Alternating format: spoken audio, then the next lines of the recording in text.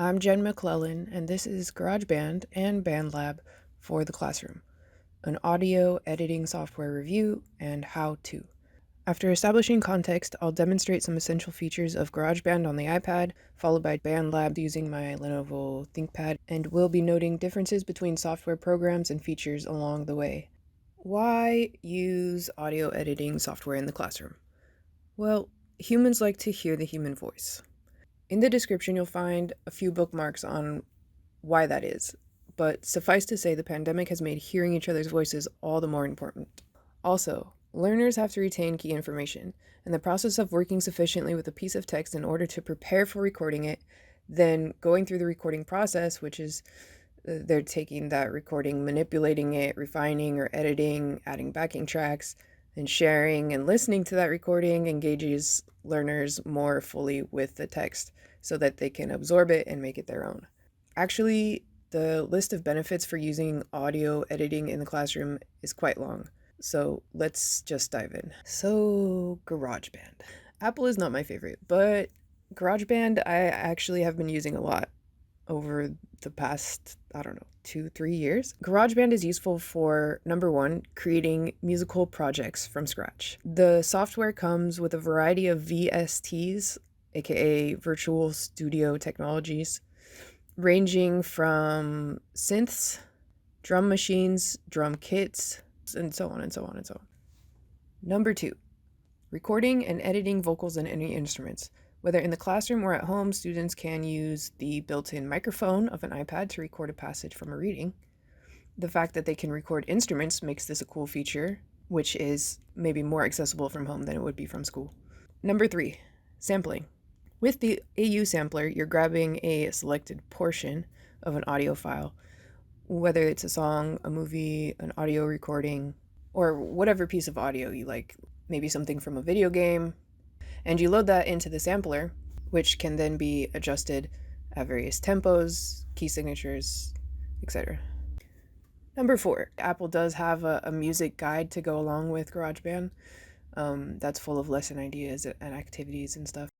Number five, implementing a database of royalty-free loops. Amazing loops does GarageBand have here. These are great. Like 1 to 8 bars of music that's already made, free, readily available to drop into your timeline and loop. Number six, sharing projects between Apple users or easily transferring projects across devices. So this is great for partner group work. Students can work together on tracks, or you can have them do the creation process individually and then do a peer review through that sharing feature. Number seven, dynamics processors like compression, EQ, and limiters. These are great features so you can keep the loudness down and bring the quiet bits up, move the treble and bass up or down, add reverb or echo, change the volume or sound of different tracks. For example, to record vocals over music where you want the vocals to be a crisp narration and you want the music to fade into the background. And all of this makes for a better listening experience. Okay, so obviously the most glaring limitation of GarageBand is incompatible with anything that is not also made by Apple. Whereas with Bandlab, which I'm going to talk about next, anybody can access that program from any device. So let's get into that. I'm just going to walk us through the whole Bandlab sign up, login process, key features. But real quick, going back to GarageBand, assuming that the students do have one device per student and they're using the iPad, they would just download GarageBand app and sign in with their Apple ID. All right, so bandlab.com, the top menu bar, you click the Bandlab for Education. And once you get to the Bandlab for Education page, you have the choice to sign in or sign up as a teacher or as a student. Bandlab definitely makes whole class sharing of individual projects or collaboration a lot easier. All right, so once you click Let's Get Started, there are a bunch of tools to help you out. There's schools and classes, which includes guides to setting up your schools and classes. There's personal projects, learn how to work on music without any assignments. Tutorials are available there. Just great information, privacy and security, everything about data protection, privacy controls, and account security, so you can figure out how to help the students navigate if they want to share their projects with the whole class, if they want to publish to you but not to everybody. Assignments, find out more about assignments and how to manage them so you can actually give the students assignment in this software, whereas with GarageBand you're giving them the assignment Google Doc or if you're using Schoology or whatever, and then they're going to have to go back and forth between that and GarageBand. So this just makes it easier. You put it all in one place. You can make it step by step. So especially when you're having them do an assignment that requires them to interact with reading and analyze that and come up with a creative way to add music to that, as well as learning the technology at the same time. You want to limit the cognitive load wherever possible. As far as classroom communication, thinking of making an announcement or how you can chat with students, it says look no further. Onboarding for teachers, basic skills Bandlab. So if you go to the assignments page, you'll see how you can collaborate with your students, and you see that you're able to check the students' progress. All right, on to features of Bandlab.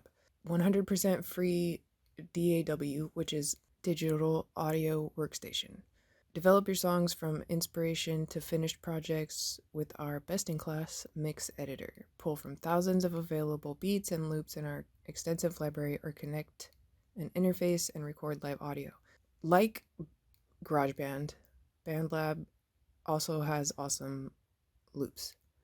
Tracks that you can choose from, stock tracks that you can play around with, and the best-in-class mix editor is indeed the best that I have used. The effects that you can add to tracks, there are a number of presets and you can edit any of those. And there's also all of these different genres of looping track sets. Number 2, virtual instruments. There are over 200 professionally created instruments, from drum kits to pianos. Honestly, this is inferior to GarageBand. GarageBand's interface for creating songs, it is more user friendly. I hate to say it, but if I want to make a song, if I want to create a song from piano, I'm probably going to do it on GarageBand. And now that I'm thinking about it, GarageBand, if I want to chop up or correct timing on the iPad versus, if we're talking mobile devices, on the iPad versus the Android phone, it's easier to do it on the iPad. You can see more of the screen, which means you can see more of the tracks. But that's not necessarily a huge negative, since guitar, bass, amp simulation, time stretching, automation, looping, all the same features that GarageBand has in that sense. Number 4, import, record live audio, connect your own instruments or load in stems from other DAWs. Similar, if not exactly the same as the iPad. Probably.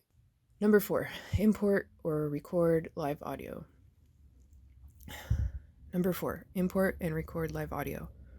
I did that one. Number 5, universal effects and presets. Premium guitar, bass, vocal effects that work across all your devices. Number 6, synced to the cloud. All projects are safely stored and always ready. You'll never lose an idea again. Number 7, auto pitch. Proprietary algorithm for real-time automatic pitch correction. Yeah, so I've played with this feature. It's okay. It's definitely not auto-tuning, right? If you have listened to any rap or hip-hop, auto-tuning was super proliferant for a minute at least. It still kind of is, but not as much. It's a fun feature to play with, and for students who aren't who are shy, or they don't feel comfortable hearing their own voice, they can use the pitch correction and make it, and along with the effects and the features of editing, they can change their voice to sound not like them. if they want to, or to change their voice to sound like a different character for male characters versus female characters or something like that. Collaborative. Number 8 is collaborative, anytime, anywhere. So music is rarely made alone. Whether you're working in a group or looking for a new bandmate from across the world, Bandlab's game-changing collaboration tools and technology will transform the way you make music. Share student examples, visualizing or knowing exactly what to do, that they need it. They need that model, they need that example, they need to hear a classmate's demonstration of the assignment before they understand how to do it themselves. This is perfect for that. No more boundaries, seamless compatibility for all collaborators, focus on making music. So yeah, that's basically number 10, full version history. All your revisions are stored so you can restore earlier versions with ease. This is cool. Can't do that in GarageBand. Okay, so to go back and recap, in terms of if you're trying to decide which app you want to use, you're probably gonna go with Bandlab in terms of using it in education or in the classroom, um, just because it is so versatile and students can use it on any device, at home, in the classroom, either way.